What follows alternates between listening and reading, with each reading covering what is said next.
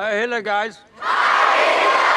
Jojo Rabbit, the coming-of-age story of young Johannes Betzler, is a fresh, although not entirely unique take on a film set in Nazi Germany, shown through the eyes of a blindly fanatical 10-year-old boy who just wants to fit in. Captain K! Woo!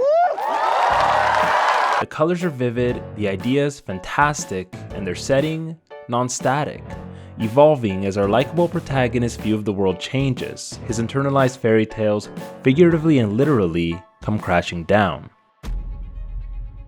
For me, Jojo Rabbit is a compendium of modern ghost stories, the ones we use to bury ourselves deep beneath tailored costumes, and if we were discovered, well, we'd rather not think about it.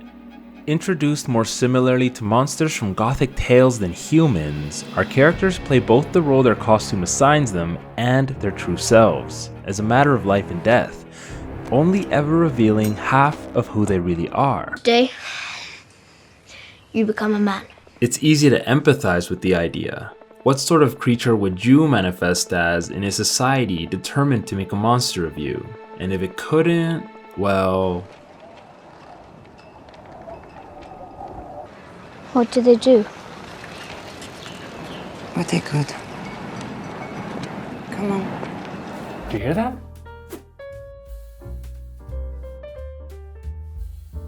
You hear about the discussion? I feel like Hail Hitler is used so much. Like, you know when you're a kid and you say a word like esophagus, and you just keep saying it, esophagus, esophagus, esophagus, esophagus, esophagus, and then it just sounds like a stupid sound? Yeah.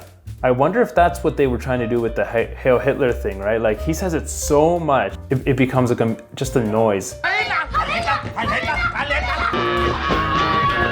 That's absurd, right? And you're like, okay, this is comedic, right? When they're burning books, the way they introduce it, they're talking about how the Nazi party is 1,000 times more civilized and advanced than any other race. and then they're like, now let's go burn some books. Jojo's Nazi Germany begins as one of bright colors. Historically accurate, Germans would wear their best and brightest outfits as the war's end neared, a mirage to cover their encroaching defeat.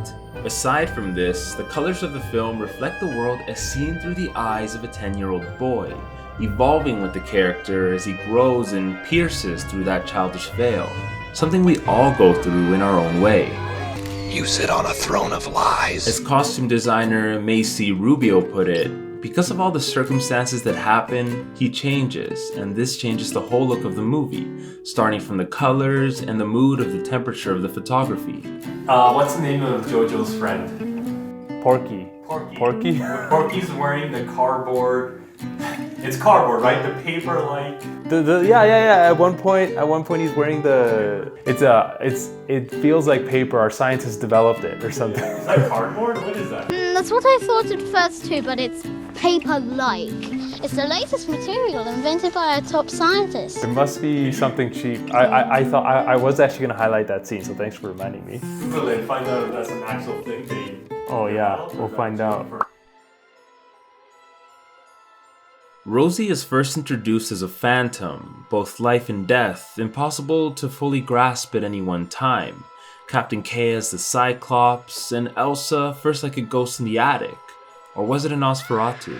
The way I see it, horror themes and costumes are used in the film not as a genre, but rather as a self-reflection of what we are all capable of. Yes, the Holocaust, but also in smaller instances of unkindness. You're not a ghost, Johannes. I'm something worse, but I think you already know that, don't you? For the characters of the film, their costumes are coffins that cage them within. A member of the resistance trying to be a good German role model for her son. A resistance saboteur as a German soldier. A gay captain and his lover fighting for a cause that would hang them if discovered. A girl who has never lived, just a ghost in the attic, and a boy who can barely tie his shoes, trying to be a man in a world where the adults have all gone mad. I guess I'm just a kid in a fat kid's body. How would you rate it? What's your rating? Jojo Rabbit's great. I can recommend it to anyone. I don't know, on a scale of 10, maybe a 9. Damn. Yeah. I was gonna say 8. Give it a 9. 9. Yeah. If you haven't seen the movie yet, I highly recommend it. I hope I haven't spoiled it for you. And with that, I'll see you guys next time. We good? Yeah. Thank you for having me.